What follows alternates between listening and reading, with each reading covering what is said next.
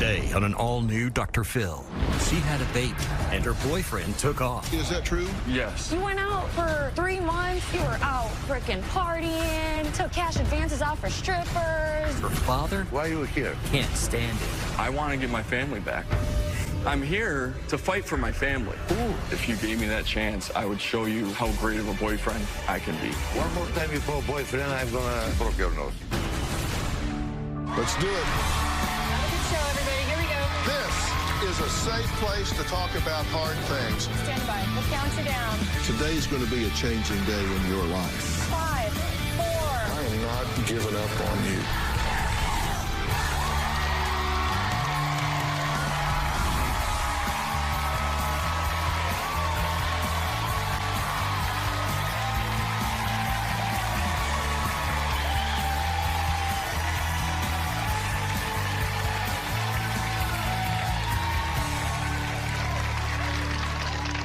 Well, on the outside, 23-year-old Jen appears to have it all.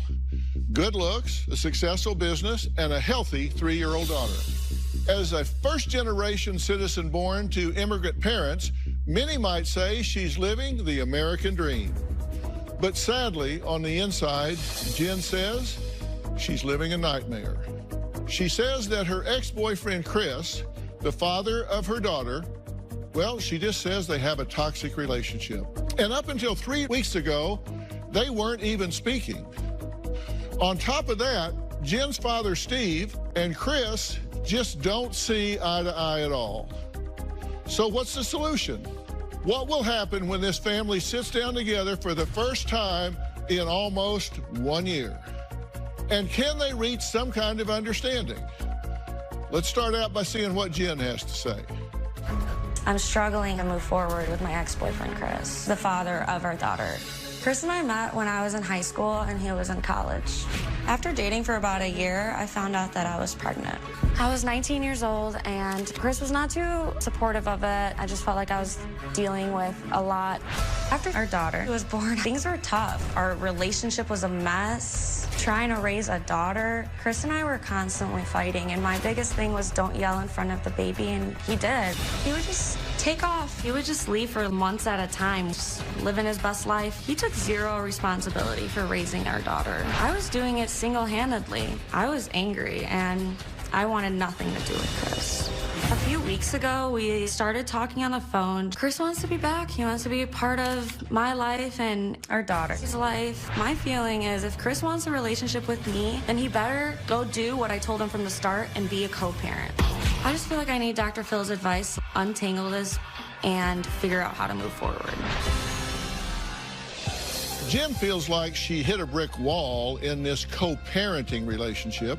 Chris says his door is still open for shared child rearing, but hopefully a whole lot more. My relationship with my ex-girlfriend, Jen, is extremely emotional, and we jumped from being best friends, soulmates, to worst enemies. At this moment, I have let go of all of our past and have been trying to move forward. Being apart from her made me look back and see how I contributed to the toxic aspects. When I think about us three being together again, it makes me extremely happy. I've matured a lot emotionally, and we don't fight nearly as much anymore. I'd be a great dad and a great influence on our daughter because I put her first at all times. I'd love to get married and have a future together. I'm in love with Jen, and I just want to make things right. Okay, now, you two were never married, right? Okay, and you've just been talking for the last few weeks? Yeah. And, Yes. And how old is your daughter? She's 3. She's 3. Okay, and Chris, when the baby was born, were you two in an active relationship at the time? Yeah. Okay, but did you have an active relationship with the child? Yes, but it wasn't where it should have been. Things got really toxic at times. And we went to court where she tried getting custody of the child because I wasn't present enough, and she felt that I wasn't a good dad. Okay. And now You tried Things to have get full changed. custody Yes, I did. and him just have visitation, or not at all? I reached out multiple times. I said, be a co-parent with me. I literally warned him. I was like, one day, Chris, enough is going to be enough. And I'm never going to come back. And I made that so clear to him. The day that I decided to leave, I left. And yeah, I wanted full custody. You went out for 3 months. You were out frickin' partying, took cash advances out for strippers. You were just out living your best life. Vacations, fancy, big, nice cars, being all flashy. You became all Instagram famous out of nowhere. And you totally hated social media. You were just you were trying to play this act like you didn't care. I wrote the blueprint for you, how to be together again. Be a dad. Why are you asking to see me? Why aren't you asking about Ari? You're asking to see me, Jen. Yeah, you would bring up being a family. Well, see, I've been confused about what you guys are wanting because, and I kind of looked at the contradictions because according to you, you guys are getting back together. According to you, this is strictly about co-parenting. And according to you, Jen is seeing someone else while trying to reconcile. And according to you, you only broke up with your ex due to Chris's harassment. You were dating somebody for like 7 months. Yeah. And according to Chris, you wanted attention from other men. And according to you, you never cheated on him. I have not cheated on him. You told me that I wasn't pretty enough to have attitude. You told me that. You're beautiful. You know you're beautiful. This is in an email from Chris to you. I know I'm still going nuts. You know it isn't me, it's the situation. The thought of you two not being in my future anymore hurts so bad that I freak out. I'm begging you for our family, let's work on something together.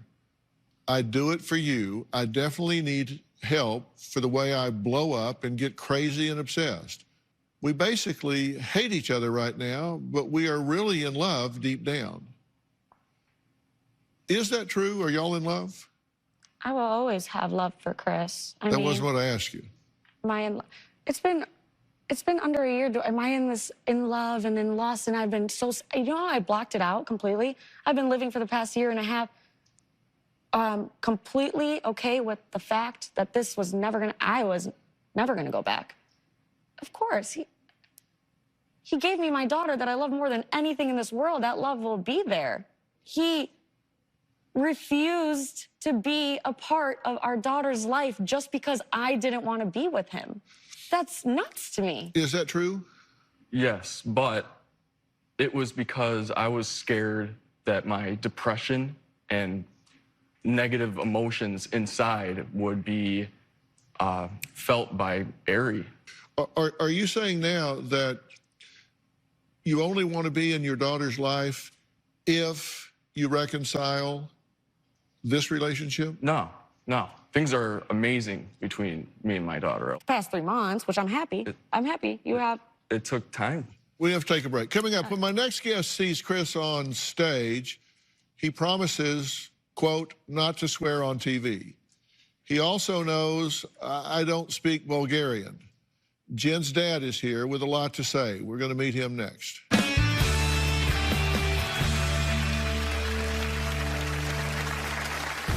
I do not trust Chris because he's two-faced.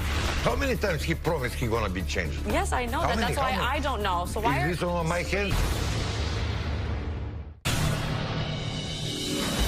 When it comes to my ex-boyfriend Chris and my family, there's a lot of tension. In my eyes, Jen's family is stubborn, illogical, and unforgiving, and they definitely do not approve of me. My dad and Chris do not see eye to eye. My dad thinks Chris is a deadbeat. I feel like Jen's family has only seen me at my worst. What Jen's family needs to know about me is that I really love her, and I'm willing to support her for the rest of her life.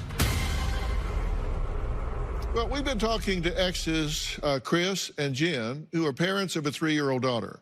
Jen says Chris only wants the title of dad without putting in any of the work. But there's another father in the picture, hers, who is always there for her.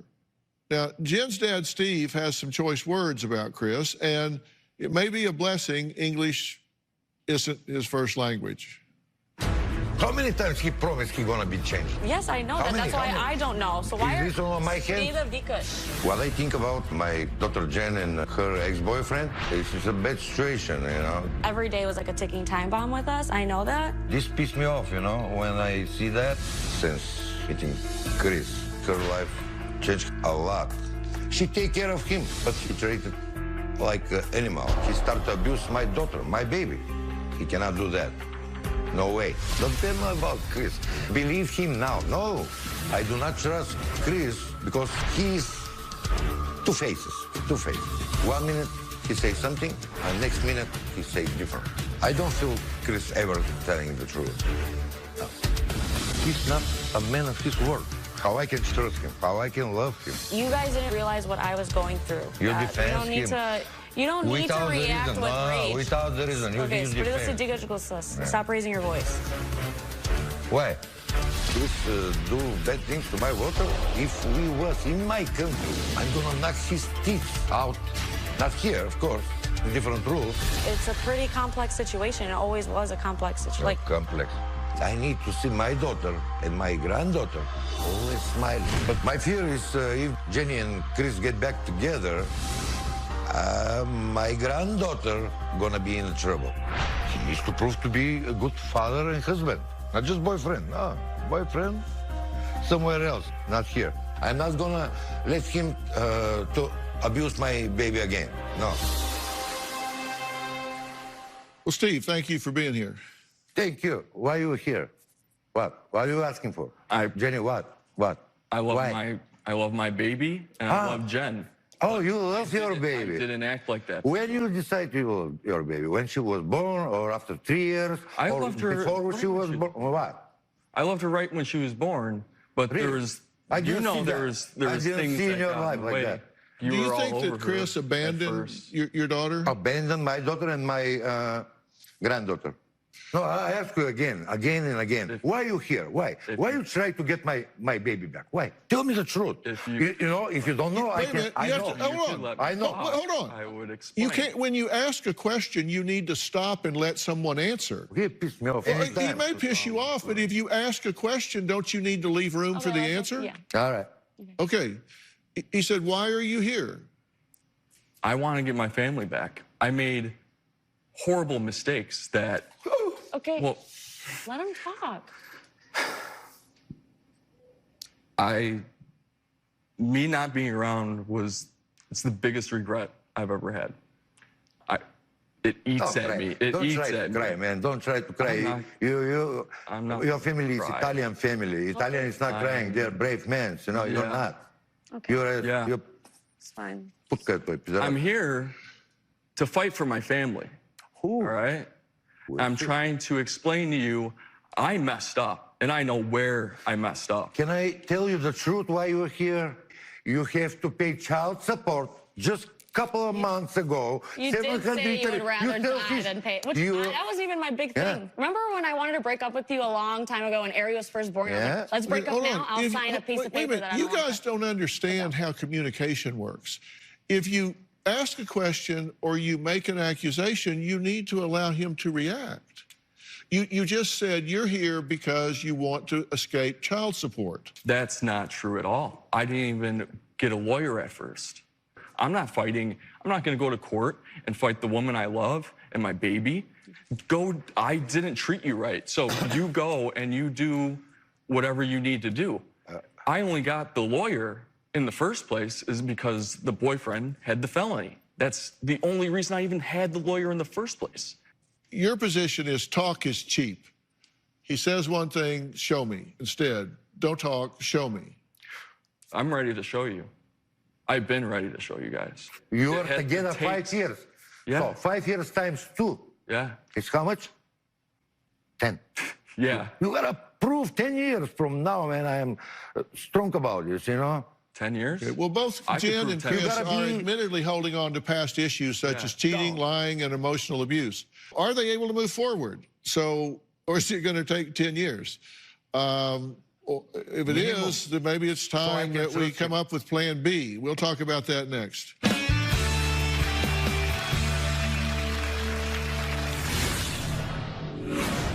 I'm gonna knock you out, man. That's fine. For sure. It's not going to happen. What do you think? Why? Well, one, I don't think you can knock me out. And two, I would never hurt her again.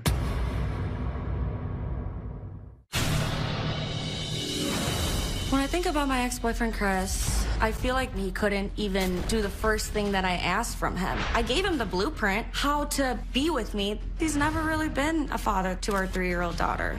Chris says he wants to be together and have a family, but does he? Like, I've never seen it. I would love for our beautiful daughter to have a father in her life, but I don't want her caught up in all this. I don't want it to affect her life.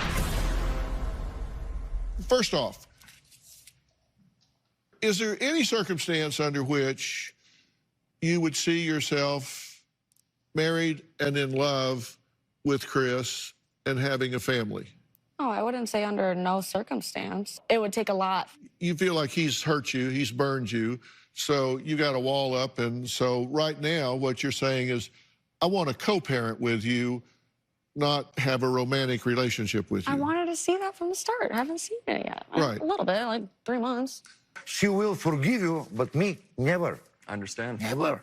I know why. Well, the good thing is you're not marrying him, so Man. that works out. Yeah. There was an But I instance, understand him. There was a time when Chris started bringing up, kind of like throwing little hints that he was gonna propose. And he gave me a very special one, but he gave me a promise ring. After giving me little, I was like, a promise ring? I couldn't be too angry because the promise ring meant it was special, it was customized. And had But you were meaning. disappointed. Oh, of course I was disappointed. How do you Okay. throw little hints in there? Let me ask this. You know, Okay. no. By the way, what are you holding? It's my vape. Is what? My vape. You speak right up until I ask you about that, and then all My of a sudden vape, I I'm can't holding hear my you. vape because I don't want to like panic or anything. Uh-huh. So I'm not gonna take and it away from you. I did hit it, but no, to panic. and I did it very like panic. subtly. I just want to know what it was. Oh, it's nicotine. Okay. And you are pretty dependent on that. Yeah, Are you addicted to it? I am You're on it all day, all day. right? Yeah. First thing in the morning when you wake up? Yes. Last thing at night before you go to sleep? Yes. If you really knew how much I did it, you'd probably throw up. My producing team isolated a part of Jen's video that I frankly found a little disturbing. Take a look. It's 10:15, usually kind of a long time going by, but I'm playing still. Always blow it the other direction. You must be so thirsty after eating. It's a little bit before 11. And this is the last thing I do before bed. How? Some refreshing. It's 12:20.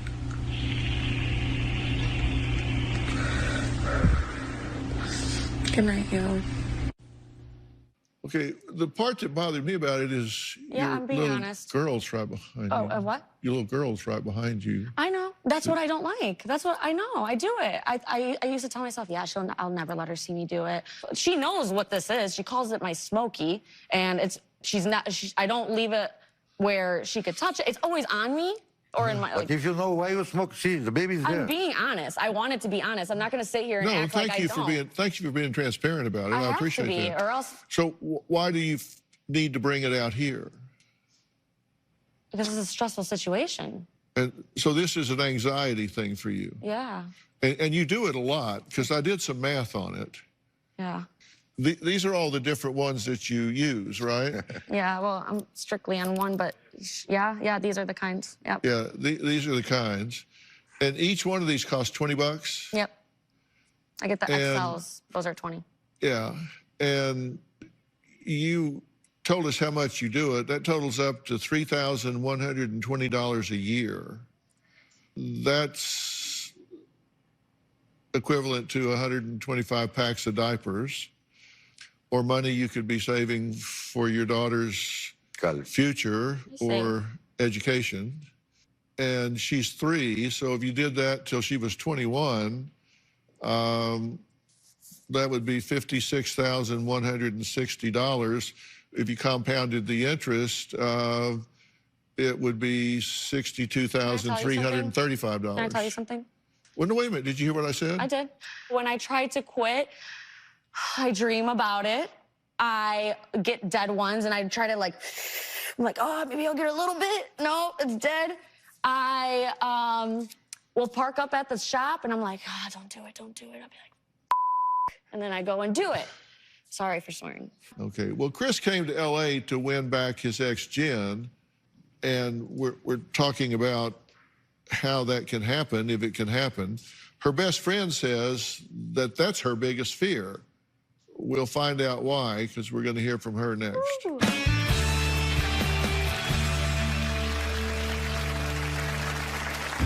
Chris was extremely controlling, emotionally abusive. He was mean. He would talk down to her. He'd make her feel like she was worthless. It was not a good relationship.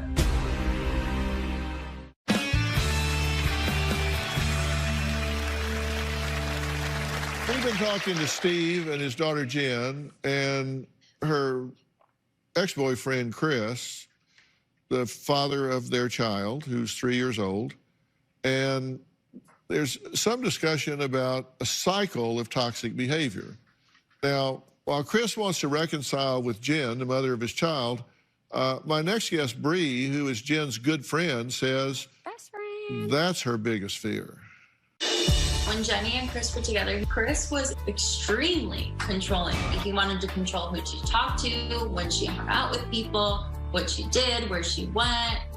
He wanted to text her 24/7. He always had to be near her. Chris was emotionally abusive. He was mean. He would talk down to her. He'd make her feel like she was worthless, like she had no purpose. It just got me very upset, seeing it. He always would do it like he had some sort of power over her. It was not a good relationship.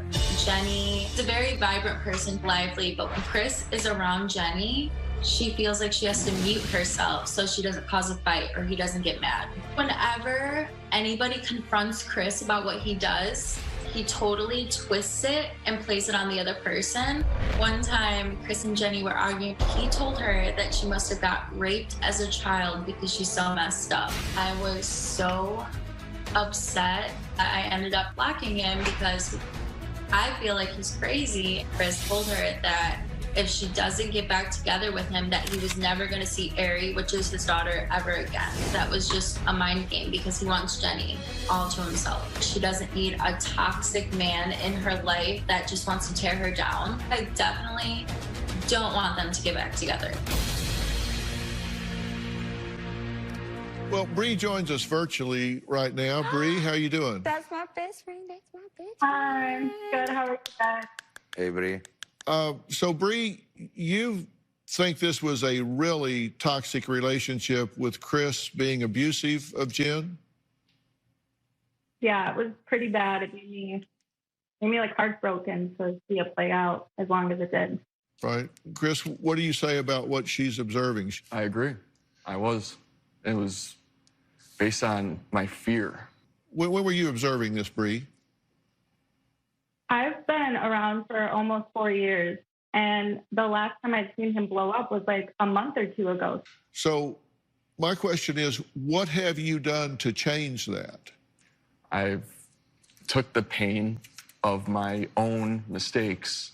I'm able to self-reflect and see where exactly I was going wrong.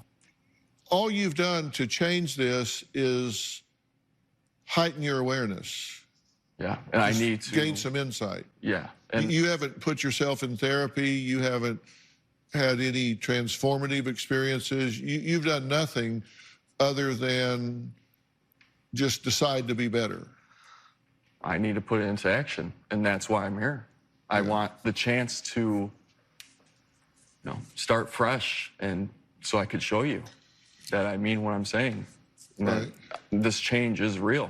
Just one time, if I see her Do you have respect struggle, for my father? struggle, True respect. Just faith, curious. then I'm gonna knock you out, man. That's fine. For sure. It's not going to happen. It's not going to happen. As long- Why? Why do you think? Why? Well, one, I don't think you can knock me out. And two, I would never hurt her again. I understand you need me to be a man. You need to see me. But I'm going to knock hole your teeth, man. Well, you understand. You understand a father. Can you let me talk? You understand a father is very protective of his I daughter. understand. I have never seen someone blow up the way you do. Why aren't we talking about that? No, I know I have. Yeah. So don't just blame it on It's my biggest flaw. Well, because you biggest say flaw. you've seen him yell and scream at her in front of friends. You've seen him throw a drink at her in front of friends. I've seen so many more things behind the scenes that I don't even know if I should bring up. No, I agree. I'm not denying that. You agree with everything, man. It's just, well, she's telling the truth. If she wasn't telling the truth, I'd be honest. Jen admits she is greatly influenced by the opinion of others, but will she listen to what I have to say? I'll tell you my advice when we come back.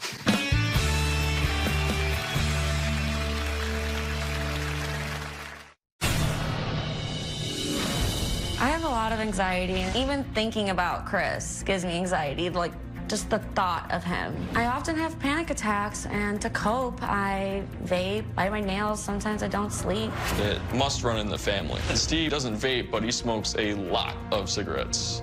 Oh, I've been smoking for 35 years. I think my daughter have this nail biting and smoking cigarette or wipers from me. I like Dr. Phill to help us about this. If he can, we'll be more than happy. We're gonna love him all our life. Well, that would be nice. We've been talking to Jen and her ex-boyfriend, Chris, who before today, they hadn't seen each other in how long? Like a little under a year. You hadn't seen each other? No. How does it feel to see him today? I still care for him, but there's so much hate on the inside, so it's like a really weird balance there. What kind of father you are when you didn't see your lovely baby months and months? What kind of father? Terrible. You call yourself father? Terrible. Oh, terrible. You agree again, right? Because it's the truth. And you think, okay, how many times you promise to Jen, and me too, you're gonna stop, no more, not like, you're not gonna acting anymore like this. And this happened over and over again. And now you want me to trust you? Tell me, what good you make, except the real? I mean, personally, I'm a hard worker. Really? I am genuine. I'm here right now, aren't I? Your daughter means this much to me, to where I'm willing to come on this show, knowing that I was She means too much to you because, you went to the strip bar all the time. I can understand what you're saying. You can understand. I can't Now you understand can't it. understand. I can't. Okay. Strip bar. You don't know strip bar? What? Oh, strip bar. Oh, No, I strip only bar. went. I only went Karen, one she's time. living his I only life, went one whatever. time. Okay. How do you feel seeing her today for the first time? She's beautiful. Oh, Like, I know you have a lot of doubts, but I have no doubts. you're ugly. You're beautiful. Oh, my goodness. Well, that's not real constructive. But Can I finish? yeah, go ahead. And I know if you gave me that chance, I would show you how great of a father I can be, how great of a boyfriend. And One more time you call boyfriend, I'm gonna broke your nose. Oh, my God, stop. We're going to take a break. When we come back, I'm going to tell you guys exactly what I think you need to do, and exactly why. That's awesome. I love that. And I love that. I'm going to be That is very so clear. You're solid. not going to have to guess at my position. It'll be straight up, right out there for you, and you can take it or leave it. We'll be right back. 100.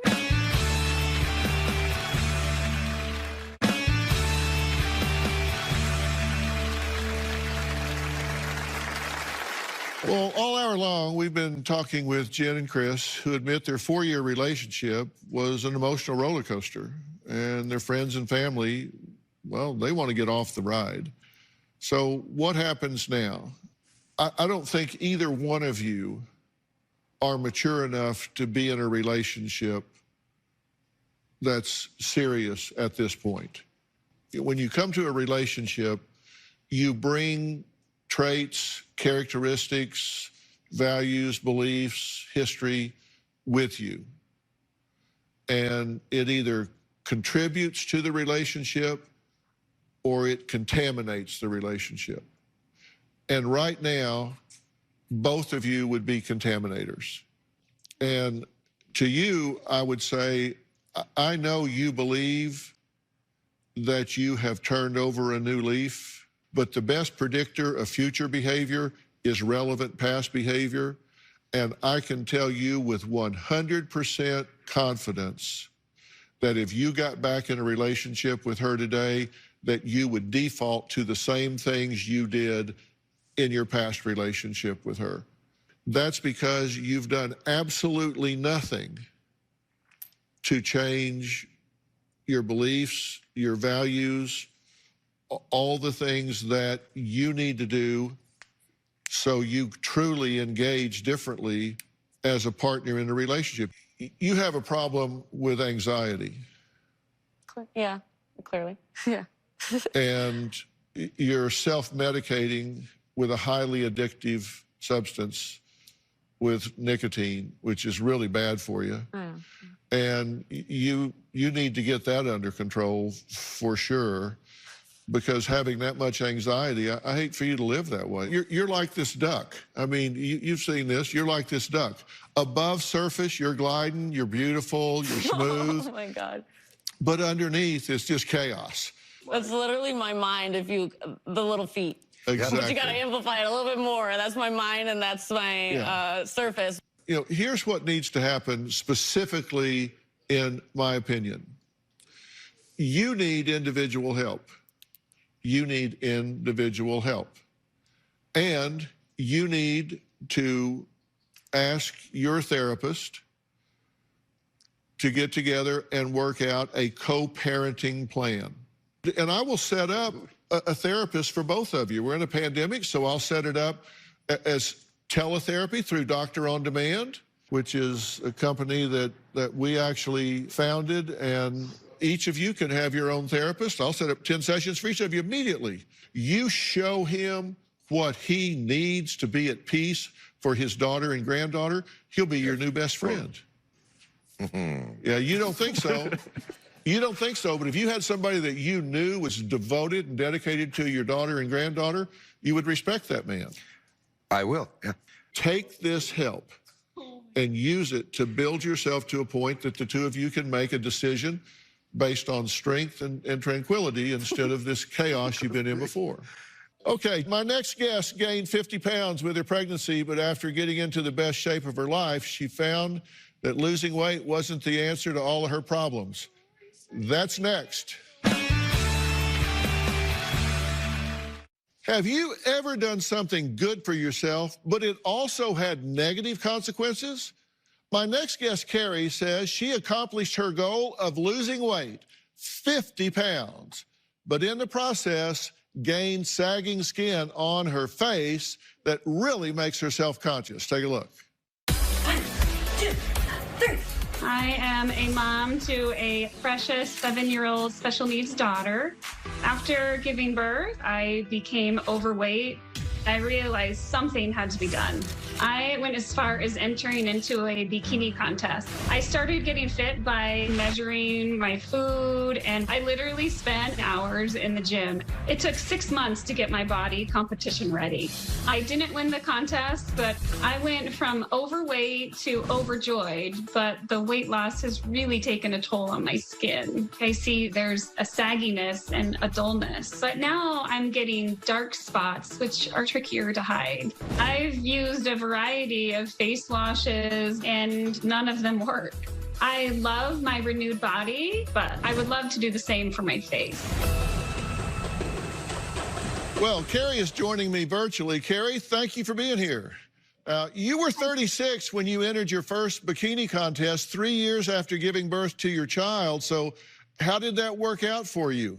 Hi, Dr. Phill. Yeah, it was great. I came in 5th place in the first show and then 3rd place in the one I did after that. Oh, wow. Well, congratulations. So when you put yourself out like that and get that result, how does it make you feel?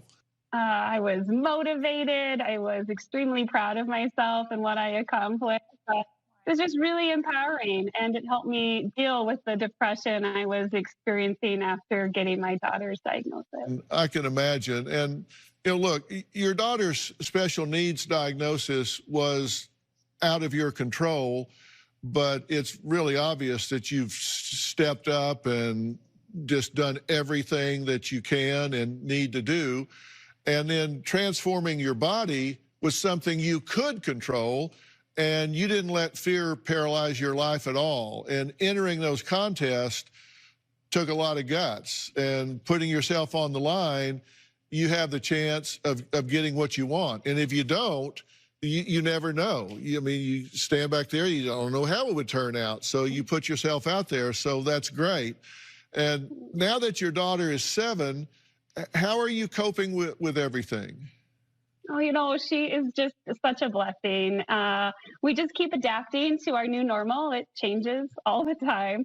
But being fit just really helps me mentally. But when I look now at my face, these wrinkles are so much more prominent. And I really am hoping to do something about just the dullness in my skin and the dark spots.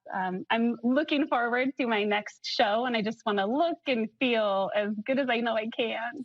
Well, in addition to being a mom, you also own 13 hair salon franchises, and you just have a lot on your plate. So I wanted to help you out with your skincare issues, and since I don't know doodly squat, I brought in somebody who does, and that's Dr. Nina Desai. She's a dermatologist and spokesperson for Rock Skincare. So, Dr. Desai, I understand that Rock heard about Carrie and wants to help her put her best face forward. Hi, Dr. Phill, and that's right. Carrie mentioned that she hasn't had any luck with the products that she's tried so far. As a dermatologist, I know that if you want real results, it's important to pick formulas and products that are going to specifically target your areas of concern. But what would you recommend specifically for Carrie? I'd love for you to try Rock's new Revive and Glow Serum with vitamin C. This product is clinically proven to deliver instant radiance and visibly improve firmness. How does that sound? Is that intriguing to you? Oh, absolutely. I am wondering how long it's going to take. It took me over 6 months to get this body bikini ready. Do you think it's going to take that long for my skin to improve? No. Rock conducted a clinical study, and of the 31 women that tried this, 100% of them had firmer, more luminous skin in just 4 weeks. Well, you actually have some before and after pictures. Here are the before and afters that this woman was able to achieve in just 4 weeks. So, Carrie, you're looking at that. What do you think? That is amazing. I would love to get results like that. And it's super affordable. Rock Serum can be found at Walmart for under $25. But, Carrie, Rock would love to gift you a 1-year supply. Oh, no way. That's awesome. Yeah. Carrie, congratulations on all your success, and God bless you for being the mother that you are with that sweet child of yours. Thank you so much, Dr. Phill. I appreciate it. You bet. I want to thank all of my guests today, and a special thanks to Dr. Nina Desai. And if you at home want to have your own Doctor on Demand, go to the Google Play Store or the Apple Store and download the Doctor on Demand app. And if you want to be part of our virtual audience, all you need is a computer and a camera with high-speed internet. You can join us from anywhere in the world. For all the details, just go to my website, drphill.com, click on Be Part of the Audience, scroll down to reservations, and fill out the form. Also, I'd love to hear your thoughts on today's show, or really anything else that you'd like to comment on. We've got a great new Facebook page, Dr. Phill Fanatics. It's the place for superfans to discuss these episodes. Now, if you like secrets, well, you don't want to look for me, you want to look for Robin. And she has lots of them that she shares on her podcast, I've Got a Secret with Robin McGraw. She chats with powerful and fascinating guests who tell it all, and so does she. So be sure and subscribe. Don't miss a single episode. We'll see you next time. Be safe, be well. So long.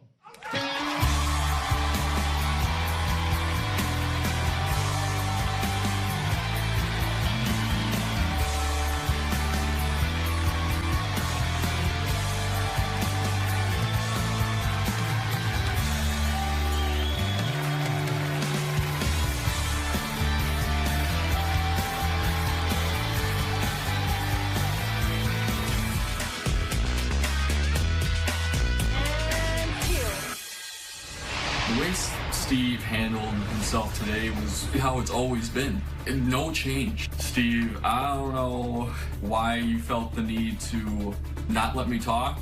You're gonna be around where? I understand that you need to see me be a very strong man and not a boy. You need me to show you that I'm willing to protect her without you there. Financially support her, not hurt her, not make her sad, be loving. I would love to marry her. What I would like to say to Jen that I didn't get to say, I think we could be happier than we ever been before. I can't do anything to go back in the past, but what I can do is be better going forward. I want to make up for all the missed time with Ari, and I want to make you happier than you've ever been. Dr. Phill, thanks for the advice and the help. I'm going to take your referral and take this very seriously.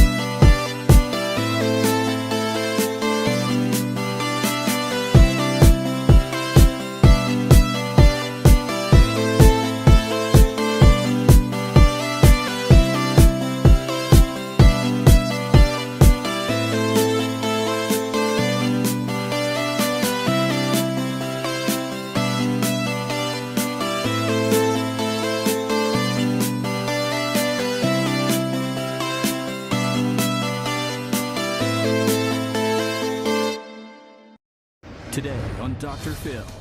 I'm glad to see you two again in a strange way. One meddling mom returns. She's, I wouldn't say a hoarder, but she's a hoarder. I have a Ziploc bag of a few used Kleenexes. I watched the movie Titanic and I cried a lot of tears. Another mom wants her daughter's fiance gone. She describes you as a loser with potential. I can't tell her what to do. Well, you're sure trying. Let's do it. Why don't we stop all the drama, stop all the fighting, and let's go get you better. Here we go. Have a good show, everybody. If I can help get this family back on track, are you willing to do that? Ready, 3, take. This is going to be a changing day in your life. Go, Dr. Phill.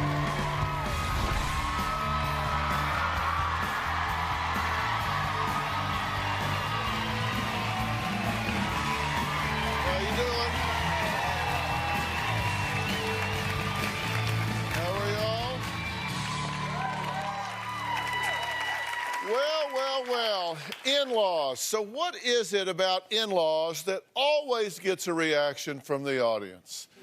Maybe it's that we all have them. Well, when Gabriel appeared on the show, he said he was at his wit's end with his mom, Linda, for being meddling, boisterous, and religious to the extreme. Now, you'll remember Linda. She's the mom who, well, she climbed over his balcony carrying artichoke dip. She showed up at his door at midnight with a rocking chair, and she calls him more than 20 times a day. Now, I had my work cut out for me. Take a look. My mom always micromanages our lives. When she doesn't get her way, she blows up. It's really embarrassing. They'll say I'm a drama queen. I'm not out to cause any problems. I have my opinion and they have theirs. If my mother-in-law does not reach me, she will call me 15, 20 times. I have 10, 12 messages on my phone. Each message is like 4 minutes. So I'm just like, delete, delete, delete, delete. One time I had a Super Bowl party, and I happened to glance over and I see my mother trying to sneak in, 260-pound woman, jumping over a balcony with a plate of artichoke dip in her hand. And I'm just like, oh my Lord. Did you climb over his balcony with a plate of artichoke dip in the house? I don't remember climbing over a balcony, Doctor. Your leg was over it. Oh, well, maybe. I said, Mom, I'll walk you around. That was many years ago. I was young and agile then. I actually ask my mom every single day, please don't come over. Do you show up at midnight and bang on the door? I showed up at midnight once to bring a rocking chair. Because I have a small VW and a convertible top. I couldn't drive all the way home with that rocking chair. But did it seem odd to you that you're showing up at midnight banging on somebody's door with a rocking chair? Blowing, nonstop. To wake them up. She is extremely unpredictable. I heard you say that your mother shoe polished herself up like a black person. To look like a black person. Pastor in front of her a couple weeks later, you don't think we knew that was you, lady? I mean, come on, look at her. Had she been kicked out of the church? She's been kicked out of a few churches. Did one of them get a restraining order against you? Yes, sir. Do you have any sensitivity to the fact that there are boundaries in this relationship that you are violating that make it difficult for people to be comfortable around you? Obviously, Dr. Phill, I must have some issues if we're having all these complaints. Instead of trusting in your inherent worth, you live in constant fear of being abandoned, forgotten, and alone. That fear causes you to smother, cling, guilt-induce, and frantically attach yourself to anyone and everyone you have access to, especially your children. If you will relax, this son will come to you. I perceive that you have given me a prophetic truth. Thank you so much. I'm so grateful. After I left the show, I was so saddened, I was heartbroken, and I was in bed for 4 days with deep depression. My son had told a lot of lies. My mother is partially mentally unstable. I would say about 60 to 70% of the things he said that weren't true. My wife has totally cut my mom off. Suzanne cannot stand when I go over there because she knows I come back to the house and I'm just very jittery, very antsy. My wife doesn't even want me to talk to my mom. She wants me to leave her the hell alone. If my mom calls me, my wife's like, damn, just put her on silent, put her on call block, don't answer it. Why does she keep calling? Because my mom will call 20 times a day, easy. I feel that Suzanne is cutting me off from my relationship with my son and my grandchildren. Well, it's sad. I'm trying to love her and forgive her and would really like to reconcile. She's controlling every part of his life. I came back on the Dr. Phil show to let him know that, hey, you know what, maybe you thought she was gonna change, but no, it's gotten worse. Well, I'm glad to see you two again. Thank you. Because I enjoy both of you. Thank you. In a strange way. I was gonna say that. I do. I enjoy both of you.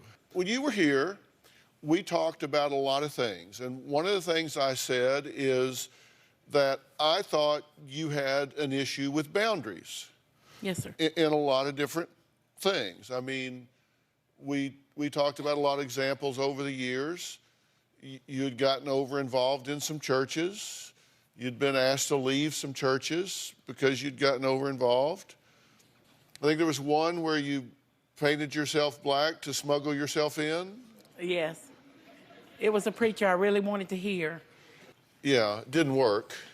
No, it was a makeup job. I'm not a professional makeup artist. Yeah, but so shoe polish. But to me, that's a boundary issue. You crossed a boundary. I said there were boundary issues with your son. Now, not that he is Mr. Perfect. We'll talk about that. I know you think he is in many ways, but there were boundary issues. Did that resonate with you in any way? Yes, sir, and I've been working really hard on giving my son and Suzanne the privacy that they want and need. Yeah. How's that going? Well, I guess it's going okay for them. I've been a little lonesome myself, lonely during the holidays. Christmas Day, he called me about noon and said, Mom, you can come over if you want to. The kids are pretty much unwrapping their gifts already. And I said, well, you know, y'all got food over there? Y'all want me to come? Because I'm always the one that, you know, does the big Christmas thing and does all the decorations and the cooking and everything. So the thing was, he called me. He said, but we're not going to be here long. We're going somewhere else this afternoon to visit some other friends. So, you know, I felt like with no food over there and then him, you know, kind of telling me that they were going to be going somewhere else, that I really wouldn't have much time. So I just kind of politely declined and hoped for a better opportunity. I know a little about this. You wanted to have like an 8-hour get-together, right? Well, I didn't plan 8 hours, no. But that's normally 8 hours. Well, usually we have, you know, our Christmas day, and it lasts, you know, until and they the said, night. let's do like 2 hours. I didn't hear that. Yeah, that's from 6 to 8. We had to go somewhere. Yeah, 6 to okay. 8. They said, let's go somewhere else. Oh, they and wanted you me to said, come for 2 hours. But if I can't do the whole day, then I just won't do anything at all. Well, no, not really. It just was noon when he called me, and, you know, I wasn't feeling too well. Well, I understand, but here's the thing. And this is what I'm talking about with regard to boundaries. And I'm going to let you weigh in here in a minute, but like, you like to go to movies, right? You went to a movie? Y'all went to a movie together? Yes, sir, My birthday, we did. that's right, yeah. Yes, I wanted him to see The Guilt Trip with Barbara Streisand. Right. I thought it'd be a real good mother-son show. I thought it would bring some normalcy to our situation. You know, that's what moms do. But did you go see a movie? Yes, sir. It wasn't The Guilt Trip, though. But what'd you see? It was, forgot. What was it? I actually invited him to see 2 movies. I wanted him to see The Guilt Trip first. That was the priority. And the second movie, since the show aired and called me the New Year Mama drama, I said, son, I'm going to take you to a movie, and I'm going to show you a real mama drama. See, this is part of what I'm saying about stretching things too far. You like to go see a lot of movies, right? Yes, sir. Or it's a waste of money. Or it's a waste of money.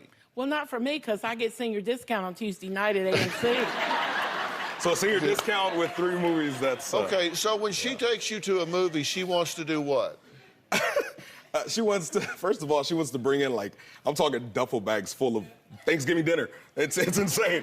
So, but, you know, I don't mind that. Hey, teach his own. But we go in, I mean... Did she bring food to these movies? We brought Popeyes. She brought Popeyes, boiled peanuts.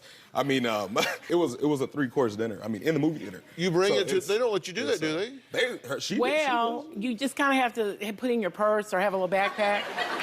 3, 4 you know, backpacks. when you're diabetic, you can get by with these things. So you just sneak it in? Yeah, sometime a pizza. In your backpack? A turkey. No, sir, I have an insulated container for that purpose. 3 insulated containers. So you bring in all this stuff with you? I love you, man. I do, because, you know, price of popcorn now is very high. Right. But I do buy it occasionally. Okay, so you wanted to go see like 3 movies? 2, just 2. But you just wanted to see 1 because you weren't feeling well. Yeah, and also my kids and my wife had a cake prepared for me. It's my birthday. So you want to go home and see... Besides that, I mean, I had a fever. I was really sick. But I decided, hey, let me give in. She's my mom. It's my birthday. Hey, let's go. So you'll go to a movie with your mother, but you wanted to see more than one movie. Were you upset when he just wanted to see the one? Well, no, I kind of figured, because we planned this a week before, but we chickened out because... No, we didn't chicken out. Well, we argued, and he wanted me to come to his neck of the woods. No, I want us to compromise. I want us to meet in the middle. I mean, save gas. I mean, it's a price of gas. Forget popcorn. Gas now is... Whew. So we're like, I'm like, let's compromise. So her thing was, no, I don't know that theater. This theater I know, they don't mind when I bring in 4 or 5 bags. You know, let's go here. I'm like, oh, no. Okay, then let's see this movie at this. You know, I'm checking times, and to her, there was no compromise. So finally, we came to a decision, and then we go there. And then after the movie's over, I'm talking like 45 minutes to an hour in the theater. Just stay. The next one's in another hour. I'm like, I've been here in an hour after the movie. And her thing is she doesn't want to leave after the movie's over. She has to stay and, you know, get her money's worth and see the next show and the next show. We're going to take a break here. And during the break, I'm going to sign these people for a sitcom. You haven't seen nothing yet. When we come back, we're going to talk about why Mom's moving day ended up with the cops being called. And another fight between Gabriel and his mother. This one was around a dumpster, I guess, in an alley with the cops. We'll be right back.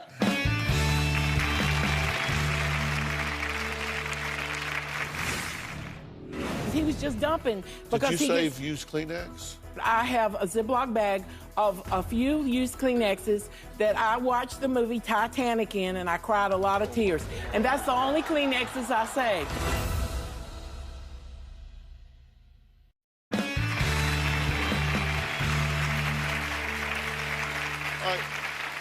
Linda has been one of this season's most talked about mother-in-laws. Her son Gabriel says every day is a fight with her, so he is doing his best to limit his mom time. Not because he doesn't want to be around his mother, because he doesn't want to fight with his mother, according to him. Now, a week and a half ago, Gabriel says he and his brother were moving Linda to her new condo.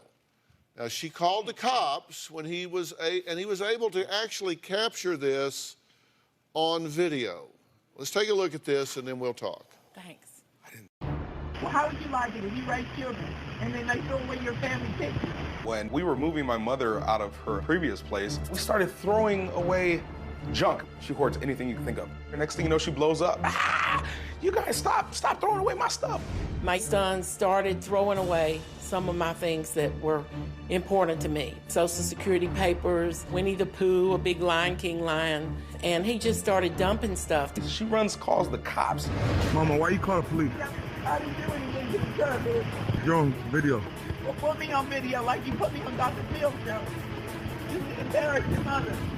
Just keep on embarrassing me here. I hated to do that, but somebody's got to talk to him because he can't just be throwing away my things. What was going on now? What happened now?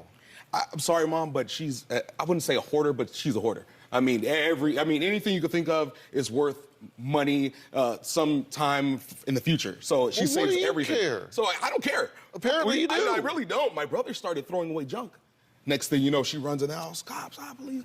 Next thing you know, they come over and they're throwing your stuff away. Yes, sir. This happened 3 years ago when we moved to the place we were living. My youngest son, Jody, the psychologist, he wanted to. Now, I don't mean that in a derogatory way. You understand that? No, please. No, Dr. Phill, please. As a matter of fact, I wanted to ask him when he gets done with his internship that maybe he could come and be your apprentice, a good protege for you, so you could train him. You said psychologist like something smelled really bad in the room. You said my other son, the psychologist. Well, I'm just, you know, he has diagnosed me with everything from A to Z, even when he was in school, which some might be true. But the thing is, 3 years ago, we were moving in with our daughter where we lived up until last week. And I saw him out and he just threw things in the garbage dumpster, important things. My daughter's senior prom pictures, my car manual for my Volkswagen. Used Kleenex. $250 that cost, and all kinds of other stuff that's important to me, important papers from Kaiser Hospital, different things. He was just dumping. Did you save used Kleenex? I have a Ziploc bag of a few used Kleenexes that I watched the movie Titanic in, and I cried a lot of tears. And that's the only Kleenexes I saved, just that one, and it's in my file cabinet.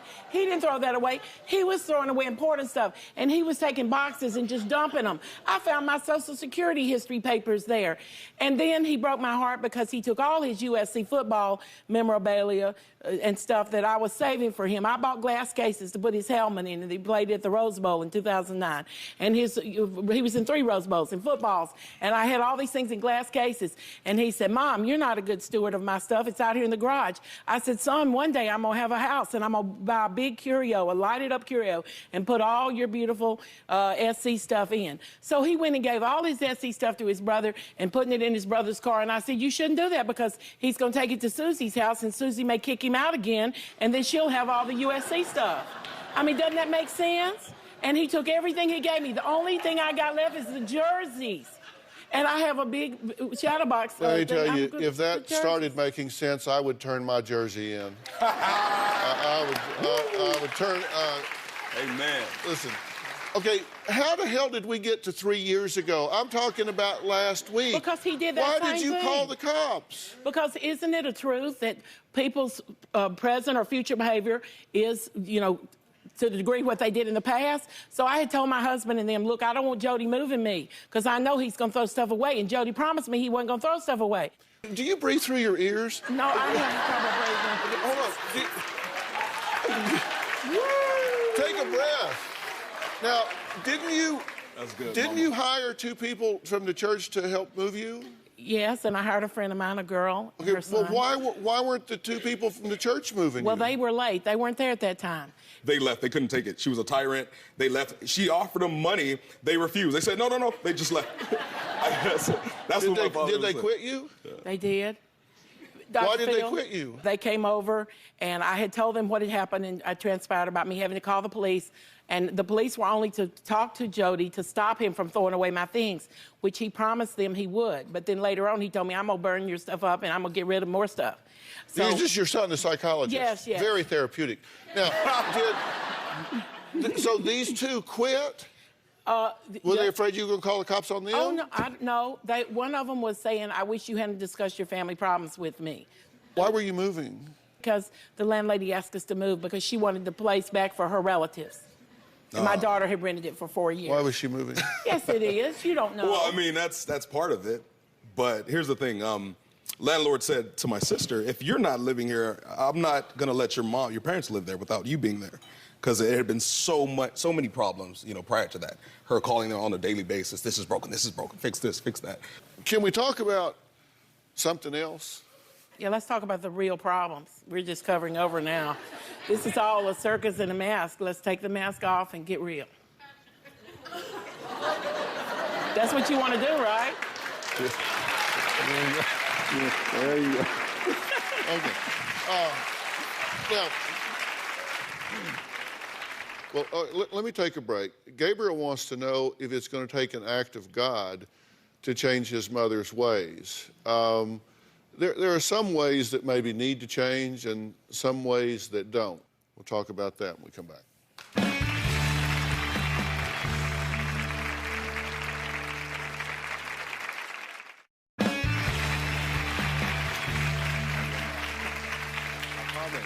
Well, Gabriel says his mom is nothing but drama.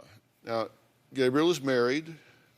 His wife is not here. He says that his wife, Suzanne, has cut Linda out of her life just completely. And, in fact, she's not here today. Now, when you guys were last here, I said a couple of things. I said there were some things I wanted you to do. I wanted to get you some help. I said to you that I felt like you needed some professional help as well. Mm-hmm. I made arrangements for you to do that, and you've been vigorously pursuing the help that I arranged for you. I understand you have not taken advantage of the help that I offered for you and for your wife. And I do appreciate it.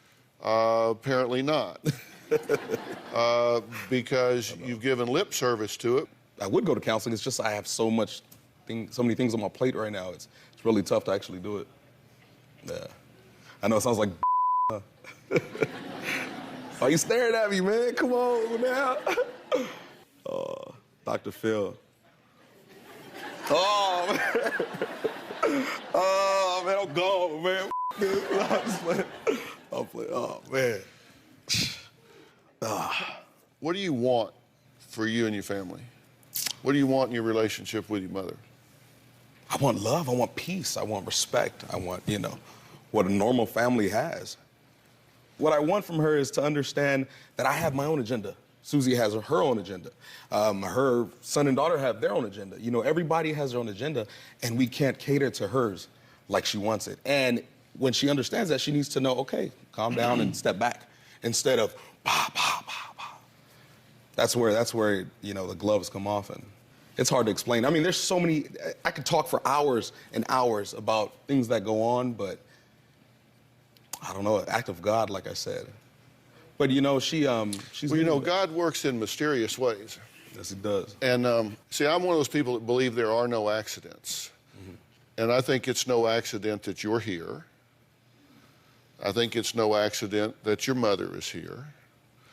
And, I think that I'm one of those people that takes family very, very seriously.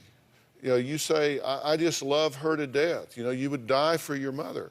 I don't want you to die for your mother. I don't even want you to live for your mother. I just want you to live with your mother, side by side, being a vital part of your life. And I believe the role of the man in the family is to be a leader, a protector, a provider, and a teacher. And that means that you need to lead your family shoulder to shoulder with your wife in a healthy direction. And it's not moving in a healthy direction right now. When you are estranged from your mother... I'm sorry to cut you off, but she doesn't allow me to do the things you just said as a man. Well, but understand, a man doesn't need permission to be a leader. And that's why I say, I made a gift to you and your family to provide you some professional help. You say, I just have so much on my plate. Then you need to push something off your plate and make some room to gain some skill sets. It's a gift to your marriage. It's a gift to your children. It's a gift to your mother. And more importantly, it's a gift to yourself. Your mother's taken the time, and I can see that she is making progress and embracing that. You need to man up and do the same thing here. And I don't know where it will lead you, but I think that it will certainly stimulate you. You are a smart guy. You are clearly a dedicated father. And I think that you will gain so much from doing that. And, give me 90 days of consistently working with someone to see if it helps you to gain some skills and some perspective to manage yourself and your relationships. Give me that. Will you do that? Yeah, well. Do you think I'm giving him good counsel? Yes, sir. I'm trying to speak to him. I'm just trying to speak to him. It is man to man here. I'm just trying to tell you, because I like you and I respect you as a father, and I think I clearly recognize that you very much love your mother. And if there's angst between your mother and your wife right now, that's okay. Life's a marathon. These things will work out. Life's a marathon. But your job is to lead them towards resolution and keep her in the life of these children and to keep her in your life. This is a good woman. I said that when you were here before. And you must know that I feel that way or you wouldn't have come back here. Thank you. If you thought I was mean-spirited about you or judgmental about you, you wouldn't have come back here, right? Right. So I'm a fan of yours. I really am. And I'm a fan of yours. All right, there we go. All right, we're gonna keep up with you guys, okay? All right, I'm gonna let them go. Coming up, an outspoken, outrageous, out of control mom, not you, who is desperate to end her daughter's engagement to what she says is a lazy, verbally abusive future son-in-law. But he says he may need to wear body armor under his tuxedo because his future mother-in-law packs quite a punch. We'll be right back.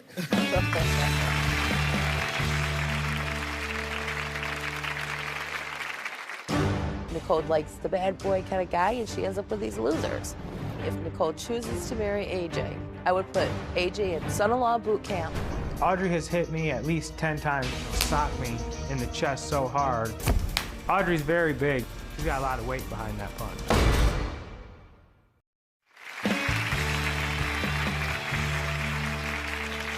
Well, Nicole says she met the man of her dreams, AJ. Together, they had a beautiful son named Liam. And now they plan to marry in July. The problem is her mom absolutely hates her fiance. My mom absolutely hates my fiance, AJ. If Nicole chooses to marry AJ, I would put AJ in son-in-law boot camp. AJ is not good enough for my beautiful, intelligent, wonderful daughter, Nicole. Nicole likes the bad boy kind of guy, and she ends up with these losers. It's definitely my mom's way or the highway. Yes, I'm controlling. When it comes to her relationships, I may be stepping over bounds, and if it means that I have to cause some battles between us to get it done, let's do it. AJ doesn't like being in the same room as my mom. When he walks in the room, he's probably, oh, God, the bitch is here. I do hate AJ on a regular basis, and I will tell him, I hate you. You suck. You're an ass.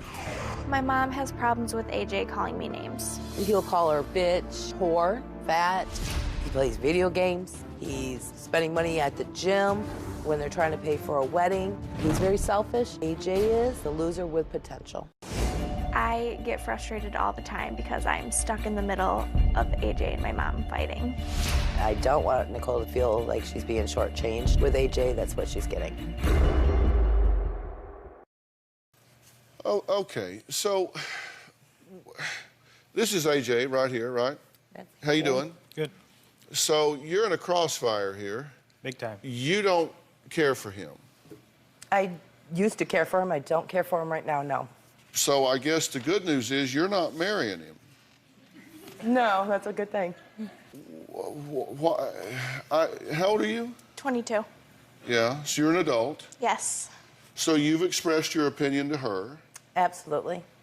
Okay, but it's your mission to get rid of him. If he can't fix himself or get, improve in the areas that I think he needs to improve in, I think it'd be best for her to move on. But isn't that her decision? It is her decision, but she hasn't always made the best decisions. So you didn't do a very good job raising her. I did a fabulous job. Look, apparently not, bright because child. you're in here making her decisions for her.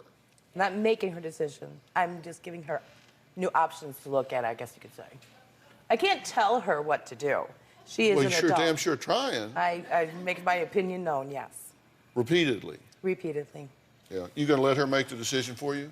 I'm not going to let her make the decision for me, and it would be a lot better if she didn't voice her opinion so often. Yeah. Yeah. Are you going to marry him? I would love to marry AJ. Why? Because I love him and I think he's a great father. Why do you love him? He's a good provider for our family. We fight. I made the decision to marry him. Like, it's important to me. Like, my daughter Layla's he's not her real dad, but she knows him as a dad. I don't want to have to take him out of her life.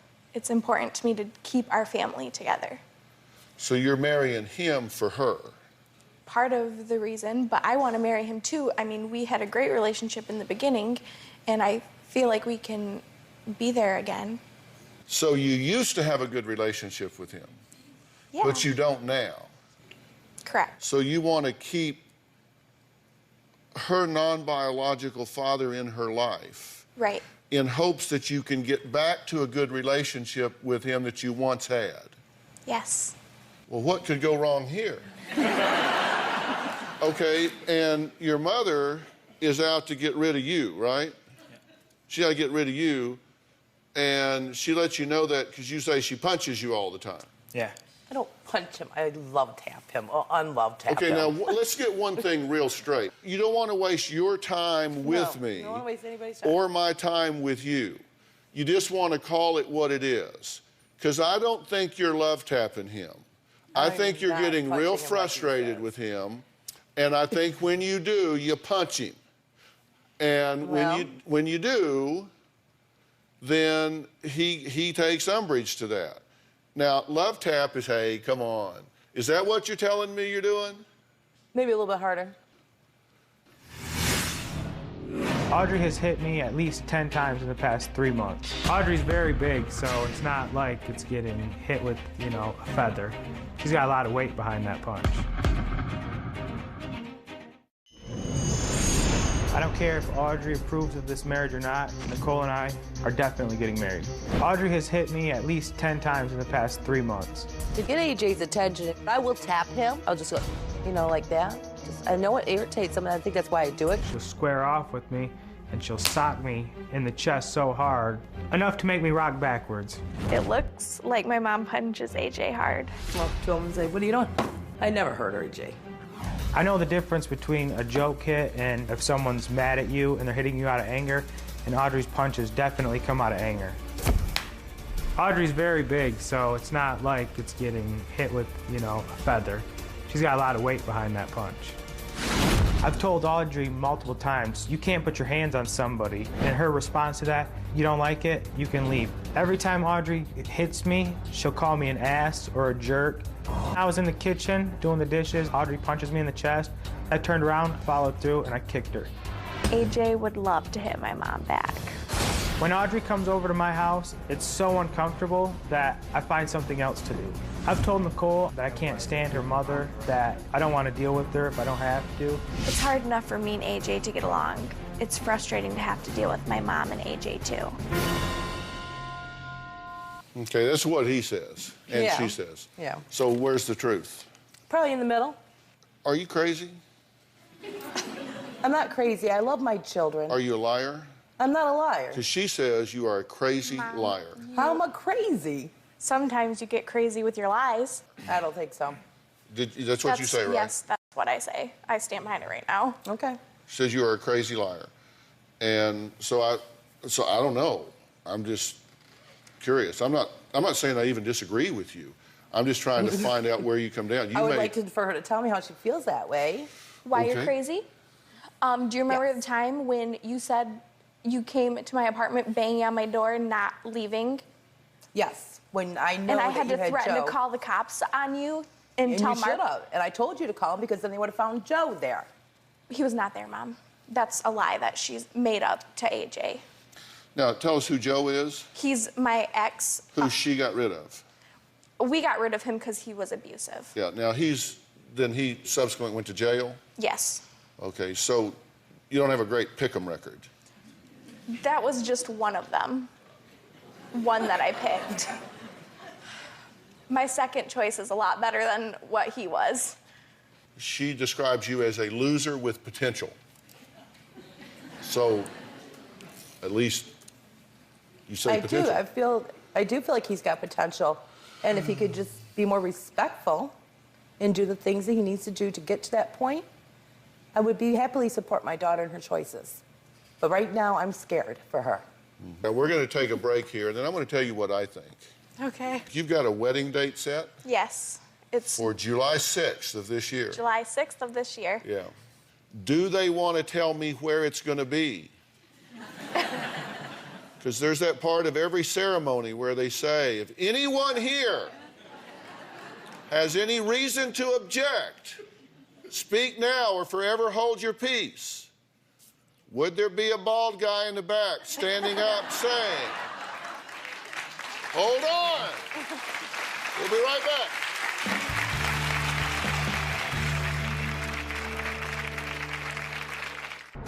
Audrey comes in, tells me that I was too harsh on Layla, that I was abusing Layla. I would probably call him in because he was being it. I told Audrey to shut up, and she told me that no one tells me to shut up in her own house, and she told me to get out.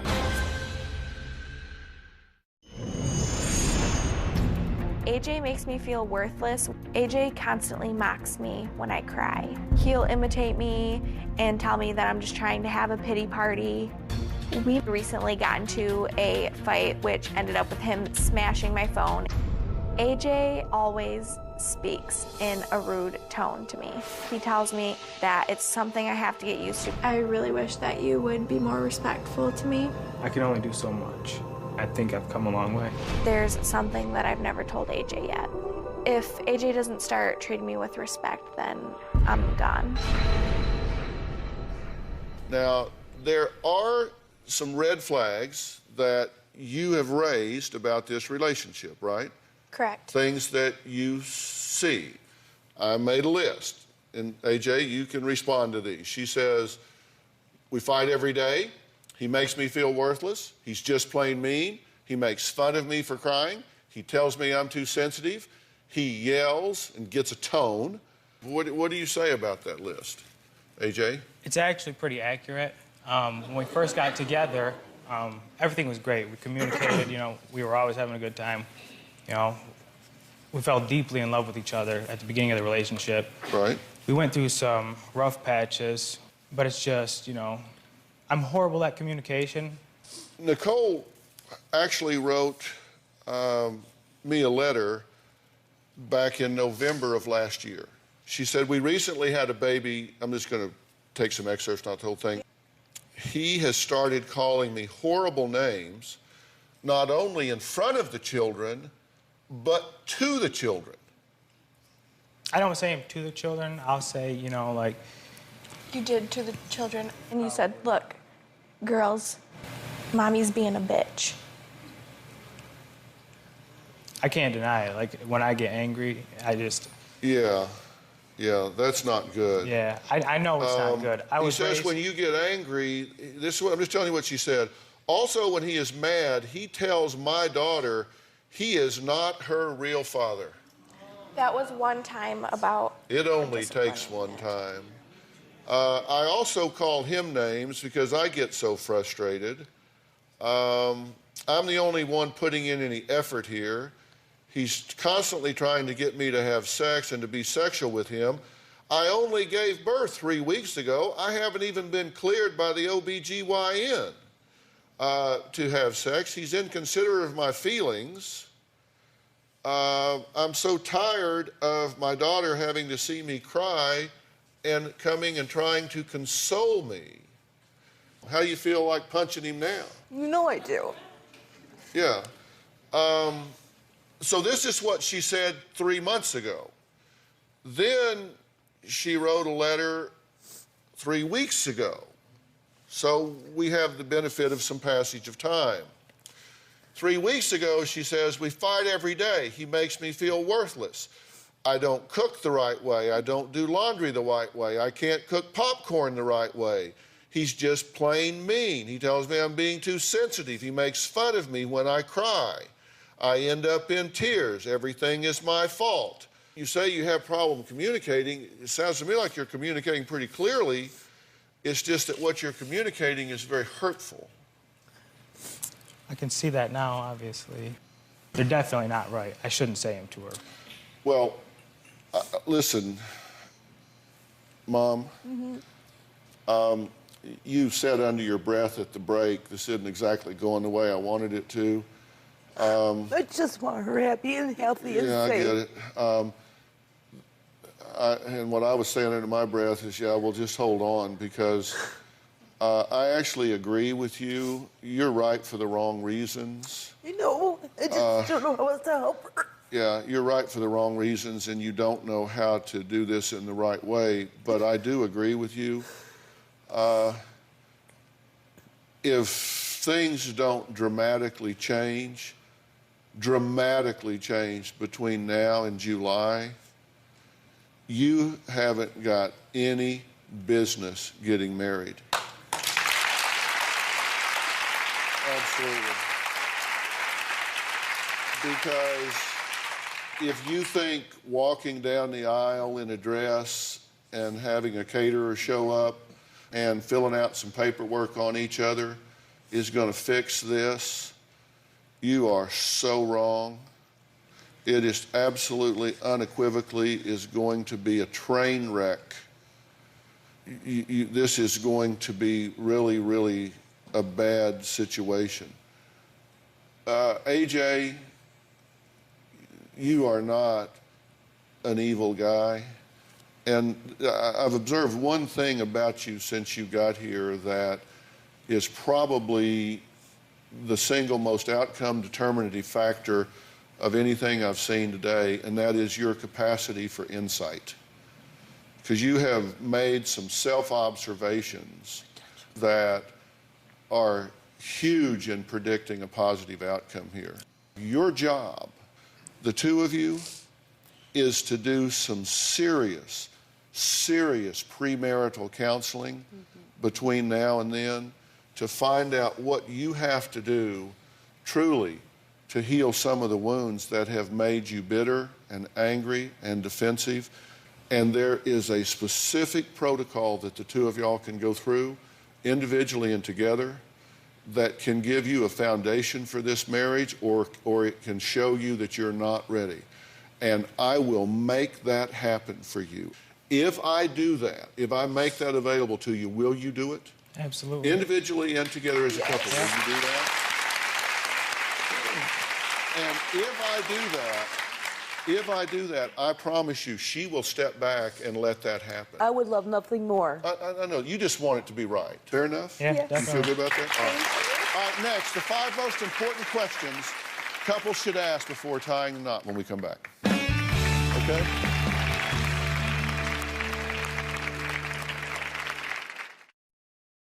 There are 5 questions that you need to ask yourself before walking down the aisle. Now, one of those important questions is, have you planned your marriage or just a wedding? Because that wedding is a big party, but that marriage is a big job, and you need to plan for that. The other 4 questions will be on drphill.com. Thanks for being here. So long. See you guys.